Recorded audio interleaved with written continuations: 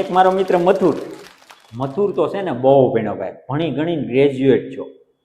College કર્યા પછી 3 વર્ષ તો માસ્ટર ડિગ્રી કરવા પુણે ગયો. પુણે માસ્ટર ડિગ્રી કરીને મથુરનો આખા ગામમાં ડંકો બોલી ગયો. મથુર થઈ ગયો. ગામમાં જ્યારે આવ્યો ને ત્યાં તો મથુરના હામૈયા કર્યા કુંવારી છોકરીઓ એને. મથુરના ઢોલ વગાડીને અબીલ ને ગુલાલ ઉડાડ્યો. સ્ટેજ ઉપર મથુરનું સન્માન કર્યું. મથુરે 1 કલાક પીસ આપી અને મંડા માગા આવવા ગઈ.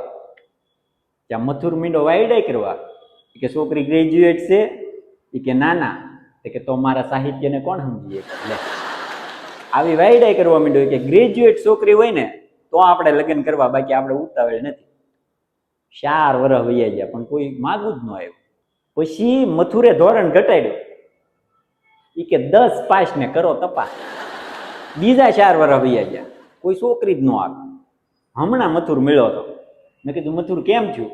મને કે તમે ખાલી છોકરી આપો, અક્ષર જ્ઞાન હું આપીશ. બોલો હવે